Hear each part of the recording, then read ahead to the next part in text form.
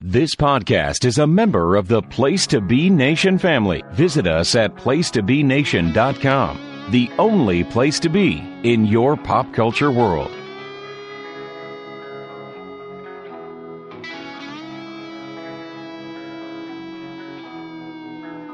I heard you've been looking for me, but you look for trouble. You're gonna see that your words are dangerous. Your talk is cheap. So now I'm standing here. You tell yourself you know what to do when you realize that I am coming for you. Then you'll change your mind and run like a child when you see me standing here. Now I'm standing here. Don't question my heart. Don't question the fire that burns inside. Place to Be Nation, welcome back to another episode of Extreme Resurrection. I'm James Gruenberg, and with me tonight is the one and only Michael Cook. Mike, how are you doing tonight? Oh, I'm doing okay. A little crazy at work, crazy at home, but, getting ready for the fall with the cooler weather. And I did need a nap today, and watching these shows helped me with that nap. My advice to all of you listening, just listen to our review and don't watch these. We'll explain why. I mean, you could watch the first one, I guess, but it's like, you're not going to see anything that you think you're going to see. The first one is perfectly made for Trent Williams and 20-year-old me. Other than that, forget it. So, Mike, doing these two shows, we said on our last two that we thought that the ECW shows were getting better and, finding their way to draw fans. Now, do you think that these two episodes that we are covering stick to that? Definitely not. I mean, they were turning a corner. Everything was going good. And unless you're an 18 to a 20-year-old single guy, these two episodes, forget it. Like, if people were in a vacuum and started watching these, I can see why they would just stop watching. I mean, it was bad. I can't even. This is probably a combination of the two worst that we've seen. But, again, as we said in the past, you never know. It could just take one little thing and voila. So let's get on with it and see how we do. Yeah. So this is ECW from October 10th, 2006 from Wichita, Kansas. We start off with Balls Mahoney. He is the dealer for this game of strip poker between the divas of each brand. They got two divas from each of their respective brands to come on to this segment of extreme strip poker. Mike, what would you do to be in Balls Mahoney's shoes right now? Well, he's dead, so I wouldn't want to be in his shoes. For this event, well, I do say Maria and Kelly are my all-time two favorite of the divas. I mean, he had it made. I don't know why they picked Balls, but he was a lucky man. I feel like you couldn't go wrong with the pick of Balls Mahoney. It's not like you could do it with anybody else. It just felt like it was like Balls is kind of goofy, but he's really extreme. So I was like, I feel like Balls is a really good pick, and it gives him something to do on the show. They needed to bring back Val Venus for this. But I think he was in TNA at the time. No, actually, he was still there, I believe. Or he was trying to make his comeback, because I remember he was in 2007, I believe, for a little while too. So we have Trinity and Kelly from ECW. We have Maria and Candice Michelle from Monday Night Raw. And Ashley and Crystal from SmackDown. It's going to be a high card, low card game tonight. And Ashley is the first to remove an article of clothing. I mean, they said poker. I mean, come on.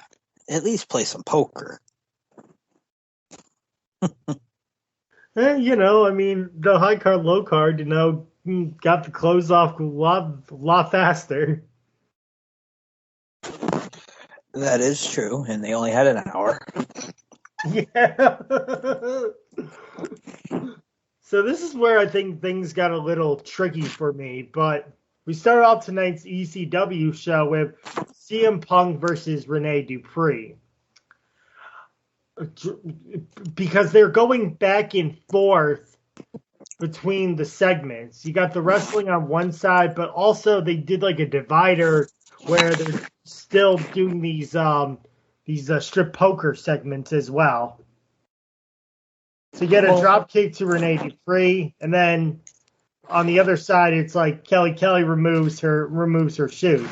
A drop kick by Dupree to Punk. Punk hits the announce table, and then Trinity removes her top. A bulldog by CM Punk, a power slam by CM Punk, and then he goes right into the Anaconda vice grip. And the match is over, and CM Punk wins by submission. I gave it a star. Again, like I said, it was kind of hard to go back and forth. You're trying to focus on the wrestling, but then you're also on the other side, you're watching the Divas just strip. I mean, this had nothing to it. For a couple things. They did a promotion of Rene Dupree coming, made a big deal about it. Okay, they said he's undefeated. Okay, great, all fine and dandy, but they don't even showcase anything because they have the split screen with the Divas. So you're not even really paying attention to the match, and the match was okay. I mean, I only gave it a half star. It was basically just filler.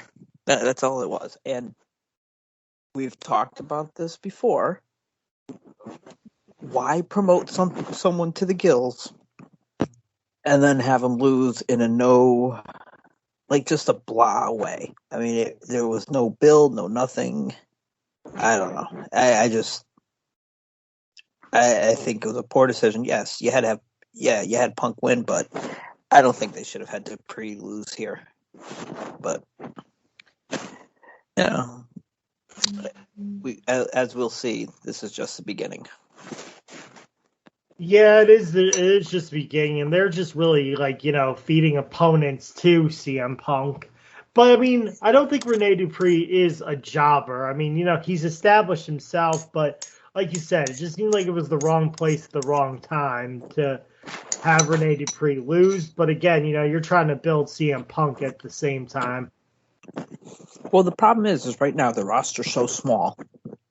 Why didn't they use a CW Anderson or or one of those ECW originals that they're not really pushing? But the roster's small, and they didn't establish or have any feuds for the people that they pushed right off the bat. Shannon Moore, they pushed him. They were, they promoted him. What did they do? They fed him to Punk right off the bat. They have Punk. They have Mike Knox. They have, Tess. They're promoting all these guys, but they have no one for anybody to lose to. Or anybody to beat, without, losing to each other. Establish something first. Without help, or winning cleanly? Yeah. Because right now, almost nobody that they're doing should lose right now.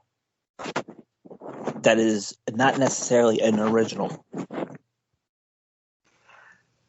Yeah, you're right. So then we get Maria and Candice on the Extreme Poker side, and they both remove an article of clothing.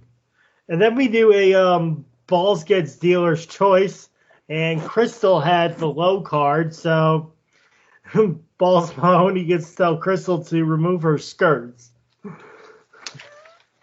What did you think of these segments? I mean, it gets kind of juicy, and then it gets like juicier at the end. I thought it was kind of funny, and then me being only 14 at the time when this originally aired, I was all for it, I mean, it's a ratings play. I mean, I didn't, but it's sci-fi, so they're not really the ratings aren't gonna jump. So it's just trying to be edgy. I mean, this is the era when they tried to boost that up a little bit. Yeah, and right off the bat, Mike, it says TVMA, viewer discretion is advised. So they were trying to build it up as like, oh, it's going to be wild to draw viewers in. But they're only looking for one demo. That's basically it. Yeah. So now we get Kevin Thorne versus Tommy Dreamer. Tommy Dreamer goes shoulder first into the ring post. Ashley removes her shoes, and then Candice removes her top. A boot to Kevin Thorne's face. A sit-down powerbomb for a 2 count by Tommy. Dreamer misses a diving elbow. Tommy bounces Thorne off the top rope in a DDT for the win. So your winner is Tommy Dreamer. I gave this a star, Mike. What did you give it?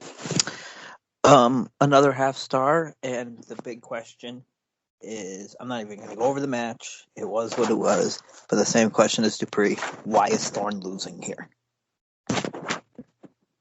I mean, you have to have your baby faces go over so the crowd doesn't, get too bored by the WWE guys getting over. Because, Kevin Thorne's not a product of ECW. He's really a product of, the WWE developmental. I mean, he was Mordecai, so, he's under the WWE belt in some way. So it's right. You can't really have all the WWE established guys going over on ECW. You got to have it a couple of them down the middle. And then I think Kevin Thorne beat Tommy Dreamer once, so it's you have to balance out wins and losses at the same time. But they're promoting him as undefeated so far. Unless this leads to something, then it's stupid to have him lose here. Have him lose in a feud. Point. I mean, yeah, they're doing a bad. I mean, they're not doing a bad job, promoting Punk, but it's they're just promoting their own star. They're promoting bad promotions for their talent, and then they're just feeding them right for losses. Yeah, I mean, it's just, I don't know. Again, unless it leads to someone. So then Crystal removes her shoes on Extreme Strip Poker. Then we get highlights of Hardcore Holly versus RVD. Again, that was still it was a crazy match. And, for Holly just to finish the match the way he was just incredible. That is probably one of our the best shows that we watch, wouldn't you say? Yes. Oh, most definitely. Definitely. 30 seconds of that was better than so far we've seen tonight. So then the girls are talking about the men on their respective brands. The Raw, Candice Michelle and Maria are talking about John Cena. Ashley and Crystal are talking about Batista on SmackDown, and then this is right when they started to get their push. Yeah, that's true. And then, Kelly is, because she was, flirting with CM Punk. It's oh, well, are you trying to go out with CM Punk, or are you with Mike Knox, Yeah. So I thought it was just a funny segment, just a funny segment, all them teasing about the boys. And then, so Kelly gets the low card in this round, and she just proceeds to take all of it off. I wasn't arguing on that part. Neither was I, man, but whew, that was a very sexy segment. And then we get highlights of the Marine premiere with John Cena. Mike, did you see the Marine when it was in theaters? I have not seen any of them. Really? I really have not.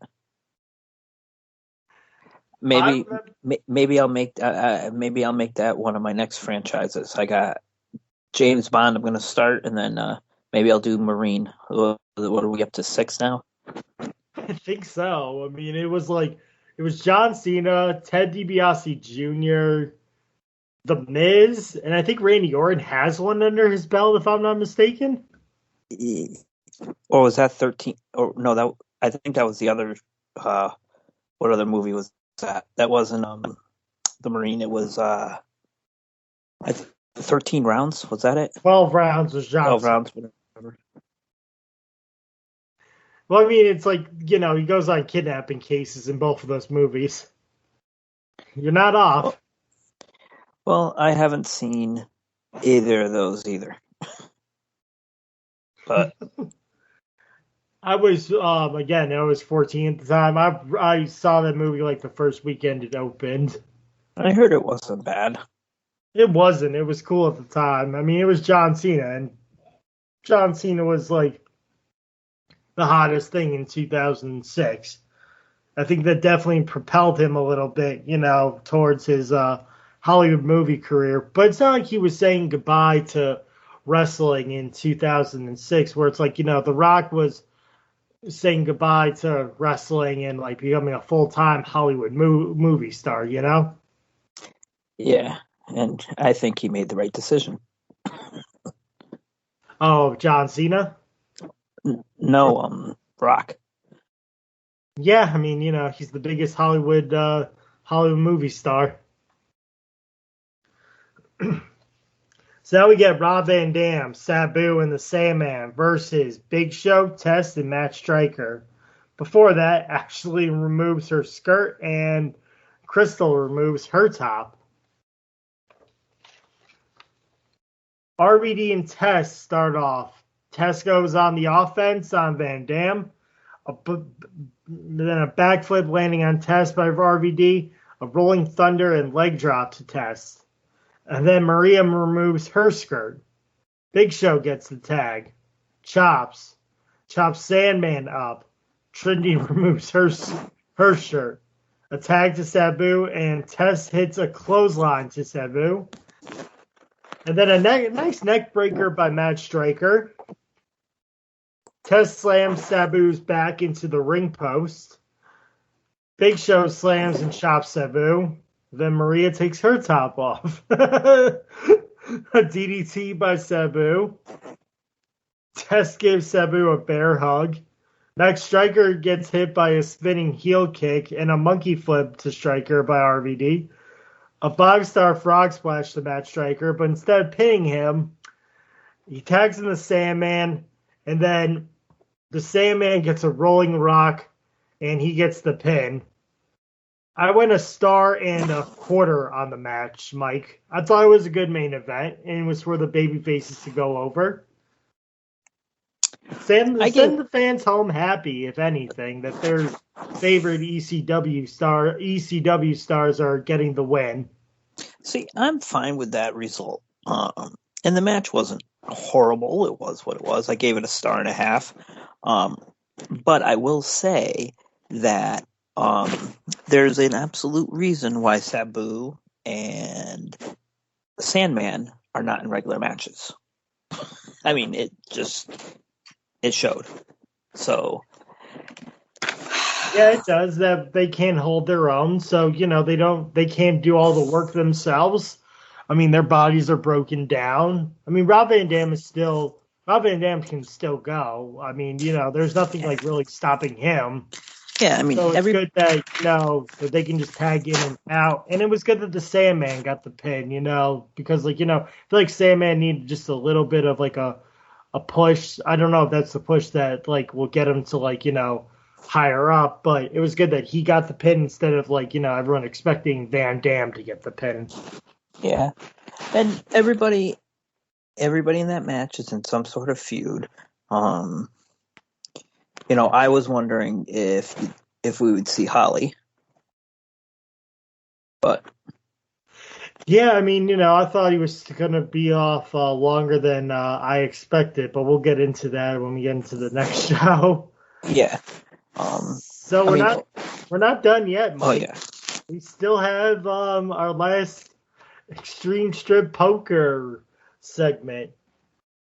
Basically, it's just that, Candice accuses Maria of cheating, and they get into a cat fight, and they basically just rip each other's clothes off. Now, my problem was that the other girls weren't, I don't think they all had to take their clothes off or, get their clothes ripped off, but, I just thought it was weird that it was just them two, and, they weren't, dragging the other girls into it and just, starting to rip off everyone's clothes. Meanwhile, in the background, Balls Mahoney's like, ECW, ECW, ECW. That was just so bad. I don't know if those two were in a feud on SmackDown or something, but it was, yeah. Or Raw, whatever show they were on. I think they were on Raw, actually. Because I think Ashley and Crystal were on SmackDown. But anyway, it's just bad. Yeah. Just bad. I kind of thought it's corny now. I thought it was corny then. It was like, oh man, they didn't actually even show anything. Censors. Well, I mean, it's Sci-Fi, NBC Universal, Be different if it was like Netflix. Mm-hmm. So, Mike, what did you give the show overall? I'm afraid to ask, but I gave it a three quarters of a star. I mean, I understand why they did the segment, but if you're watching, it took away. I mean, I like promos, I like segments, I like the entertainment. I guess maybe in 2006 I would have given it 1.5 stars to 2 stars, but the wrestling was overall bad.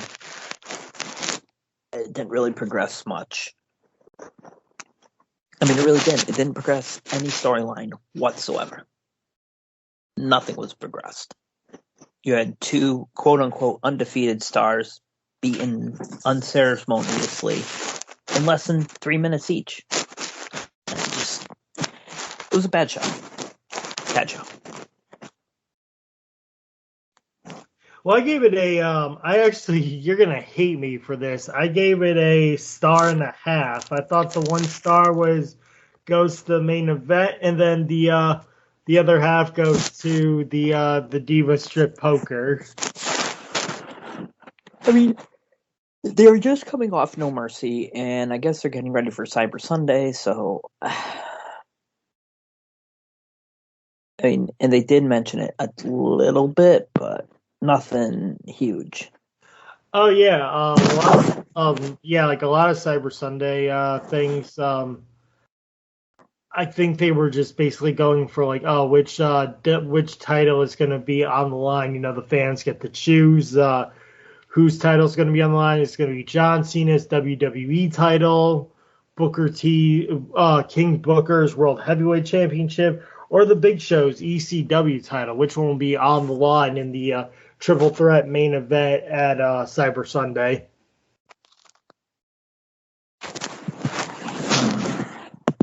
Which at the time I thought was a really cool idea. It's like, oh, if my belt's on the line, I can either win, but I get to go unscathed if I lose.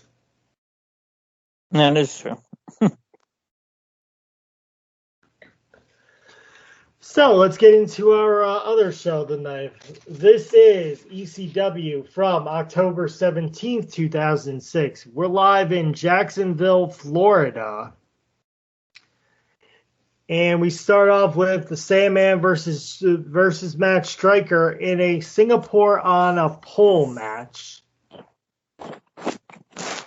Punches and chops by both men. Matt Striker's working on the Sandman's knees. Matt Striker flips Sandman off the turnbuckle and gets the cane. He uses the cane on the Sandman, but Sandman steals the cane back and uses it on Striker. Striker actually gets busted open, and Striker leaves the match. This is where I thought it was this is a really crappy ending.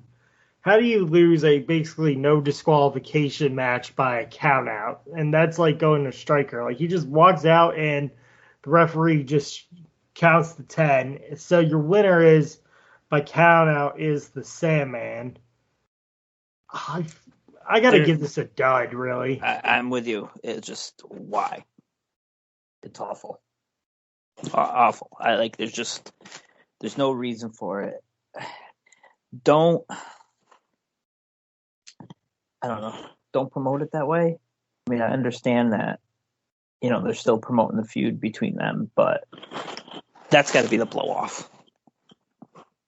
And I feel like it's not. I mean, I feel like either we're going to continue or they're going to give Matt Striker and Sandman different people.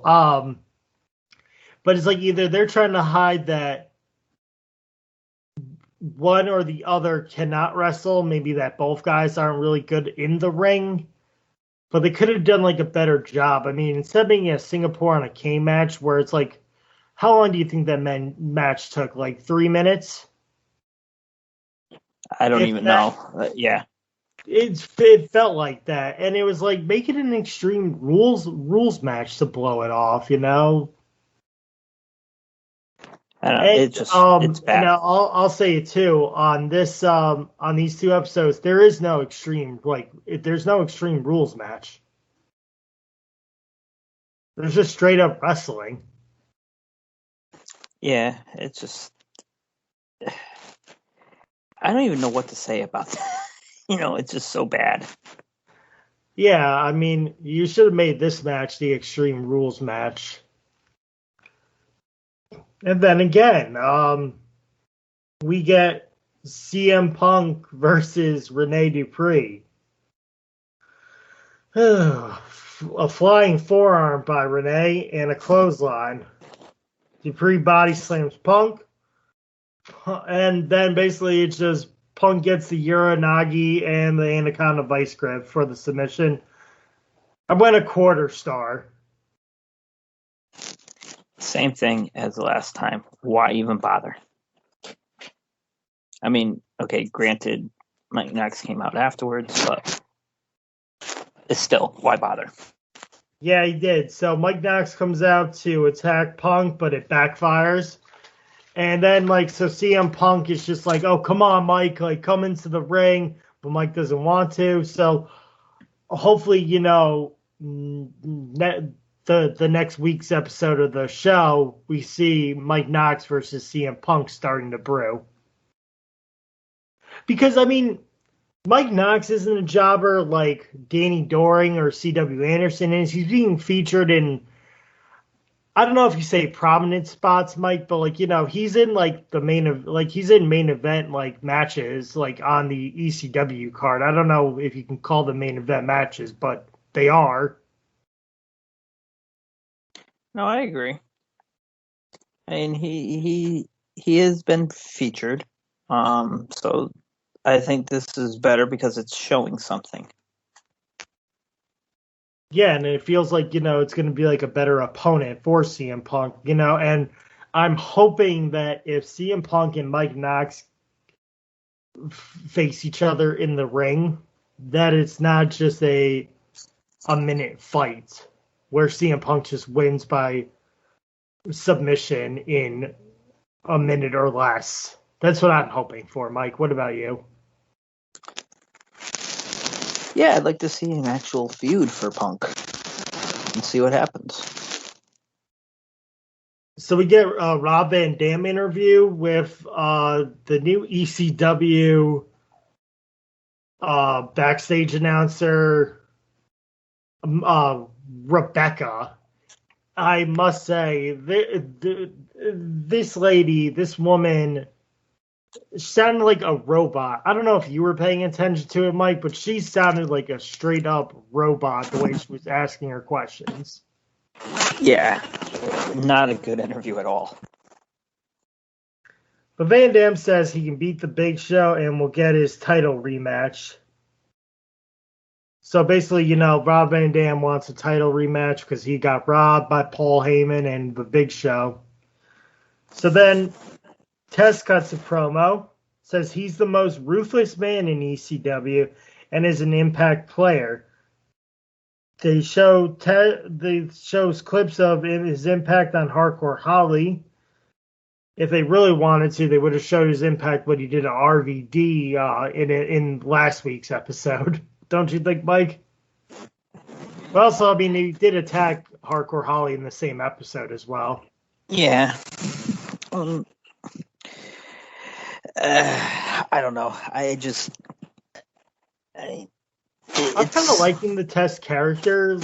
Last week really opened up my eyes to Test more. I like the diving elbow he did to Van Dam and stuff. Yeah, he's doing much better.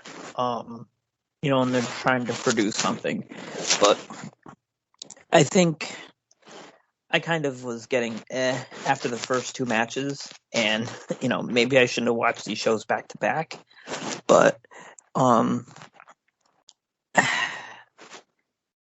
mean, it is what it is with Test. But they got to establish something. And I think the show would have it might have actually benefited for 2 hours, even though as bad as it was, you can at least get the roster a little bigger and establish a little bit better. Yeah, you can. So we'll see where it goes from there. But then Balls Mahoney... actually, before I get to that, Test challenges Hardcore Holly when he returns.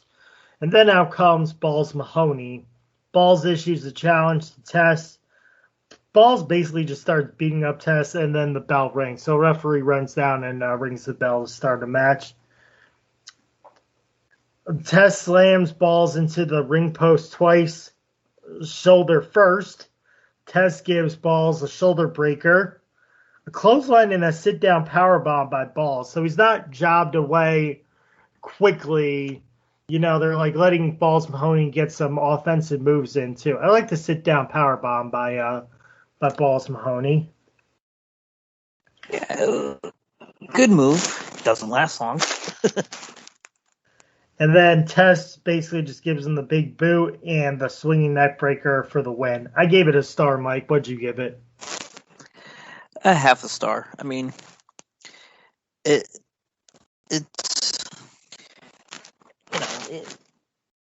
was it wasn't that great, but it was short and to the point. Yeah, it did show Test dominance. Oh, I'm sorry. What were we gonna say? No, I said it was a squash that should have been a squash, and it made sense. All right. It's fair. And then we get Sabu versus Shannon Moore. I feel like, Mike, this has been the most matches we've had on the show. Yeah, I mean, I think this one has 5 overall? Yeah, 4 or 5. I think it's 4. This is the 4th one. So it's Sabu versus Shannon Moore. Sabu goes to work on Shannon Moore. Flying clothesline and diving somersault by Sabu. A standing moonsault by Shannon Moore. But then it's just a diving leg drop by Sabu for the win. I gave this a half a star, Mike. I did too. But I mean, I sound like a broken record. Why build up these people if you're not going to do a single thing with them. Has Shannon Moore even won a match? No, I don't think he has. He might have won a match on like house shows, but not on regular TV. No, you built him and you promoted him for a few weeks, and you've done jack squat except beat him and beat him quick. So it felt like we were promoting Shannon Moore for like a month straight. Yeah. So to me, nothing. It was just Sabu winning a match, no big deal. And then we get a Big Show interview. Big Show says if Rob Van Dam wins tonight, he will give RVD a title shot. So now we have our main event. It is Rob Van Dam versus the Big Show. Punches and kicks by Van Dam, but Van Dam meets a big boot to the face by the Big Show. Van Dam bounces Big Show off the top rope. A somersault flip by Van Dam, but RVD gets thrown to the floor. Chops by the Big Show. I found one hard chop that looked like stood out more than the rest of the chops, but like this one just looked like vicious. Like, it was like a really big smack. I mean, you can hear that a while, like forever. It's like an echo. Yeah. A clothesline by the Big Show. A sidekick and a rolling thunder by Van Dam. A spear by the Big Show. He doesn't usually do the spear that much, but I thought it was a good. It's an interesting move for a big guy like the Big Show to do a spear. Yeah, I mean, when he does it, it actually, it's effective. It's more like a shoulder tackle. Like you just don't see it coming. It's like, wham, there it is. Big Show misses a big splash. I don't like when he does that like big splash, like the bonsai drop, or like it's more like the Vader like, splash too, or the Vader bomb. Vader bomb. Yeah, that's definitely what it was. When he goes down like his stomach too, like it's goofy. Like, I don't even feel like he's ever landed that like in his entire career. No, it's the Ric Flair top rope. Or, or the Jericho winning, actually doing the lion salt. Yeah. It's very, very rare. So then the referee goes down, and then Van Dam counters a choke slam into a DDT. Test stops RVD from hitting the frog splash, but the return of Hardcore Holly. Hardcore Holly hits Test and Big Show with the chair, so both of them get chair shots. And then a 5-star frog splash by Van Dam for the win. I went 1.25 on the match, Mike. I went 2 stars. It wasn't that bad at all. And even the ending made sense.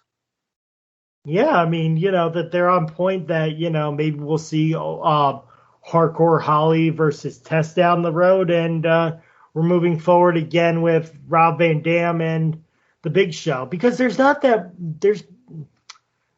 many talent that can go with the Big Shows. And Rob Van Dam seems to be, the best in shape. If they're not ready yet to pull the trigger on Punk to, go up in the rankings, Well, I mean, and again, who knows what any of these would have happened if RVD and Sabu didn't get pulled over that day in Ohio.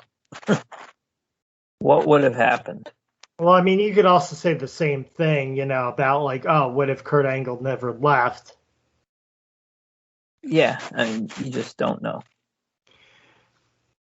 I mean, it also will, I'll make a note too, that we're on our way to TNA Bound for Glory 2006 at this time, where Kurt Angle is going to be the special guest referee for the main event, which is Jeff Jarrett versus Sting.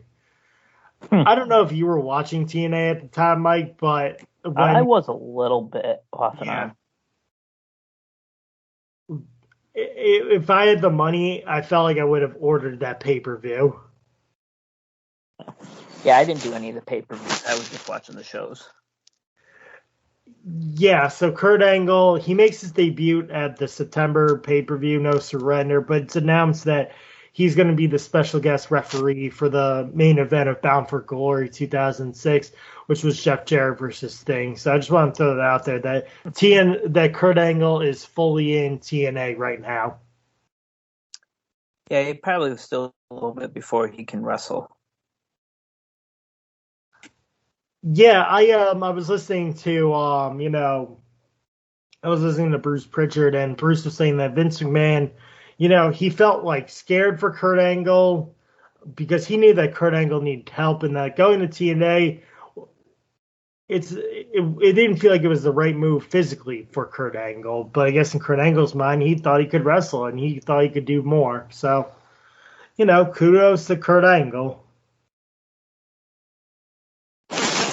Well, I mean, he basically wanted out. WWE wanted to, they were fearing for his health, and this is what happens. He went over to TNA, and I'm glad that everything in the long run worked out. Yep. Overall, Mike, what did you give the show? I gave it a star and a half, only because the last match saved it. Mike, you and I agreed on the show rating. I gave it a star and a half also. Like I said, the main event was good, and the ending of the main event made it very, very well.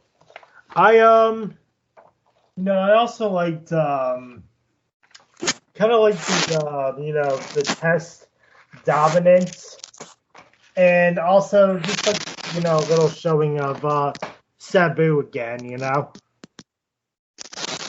Yeah. I don't mind the Sabu win. I just mind it was Shannon won. It's just bad. They're treating these guys. They boost them up, and then they've done nothing with them. So, Yeah. I mean, we'll see how it goes moving forward. But I will definitely say that these last two shows were pretty bad. I think overall they were bad, but the main event, I think both main events of the shows were good. They were, but they weren't enough that would make me like, hey, way to go, because we were talking before in previous shows that they would start off hot and then have a crappy finish, or vice versa. And I don't think these main events were good enough to really boost the show. Yeah, to move the needle, as they say. Yeah. Well, Mike, before we get out of here, do you have anything that you want to promote to the place to be?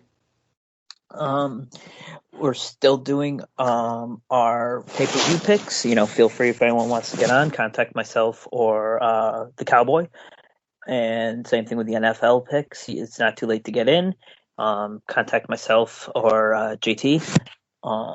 And we can get you in. I mean, I'm going to be on a couple of Mount Rushmores coming up. So, we'll be looking forward to that. But I suggest listening to as much as you can on the Quad of Pods. Yes, indeed. And I have an announcement to make. Starting next Wednesday, I am taking over the hosting duties of Making Mount Rushmore, the wrestling edition, for Andy Atherton. He asked me to do this, and I agreed. So if you want to get in on this month's Making Mount Rushmore for October, contact me on Facebook at James Gruenberg, and our topics are the favorite Undertaker matches and scariest moments in professional wrestling. Mike, you're going to be a part of that one. So I am, and I've been going back and forth with some of the scariest. I think because a lot of the scariest moments now watching all these Dark Side of the Rings. I mean, some of the stuff that I didn't know about. Like the what that one with anything with what's his name there? I can't even now think. Jack. New Jack. Oh my God. Yeah. Anything he did was just scary. FMW, all these exploding barbed wire matches and all this. But I think when I go on, and I think I'm going to go with ones that I've actually seen, and I got some good ones. Some other ones that I didn't see deserve honorable mention, as you'll find out. Ones that more mainstream, but you can just do a whole episode on New Jack stuff. Would be after watching that Dark Side of the Ring. Yeah, well, I can't wait to hear your list. And again, if you want to be a part of a Making Mount Rushmore Wrestling Edition episode, contact us on the Place to Be Nation, and I'd love to have you on for a show. Give me your list, and we'll go over them together. Well, that's going to do it from us on Extreme Resurrection. Thank you for joining us. I'm James Gruenberg alongside Michael Cook. Stay extreme, everyone.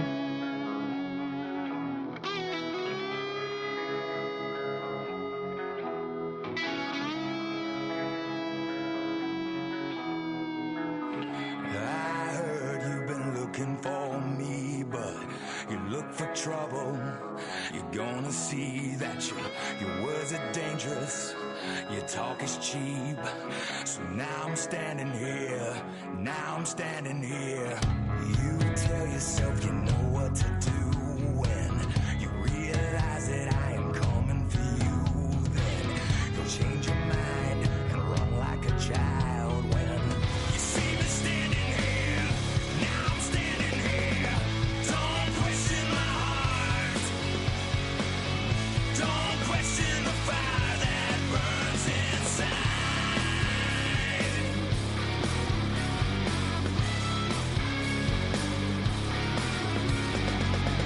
Don't question my heart.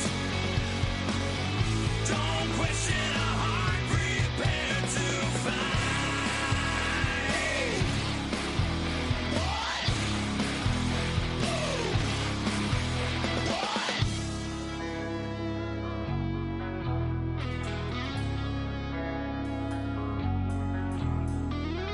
I got will.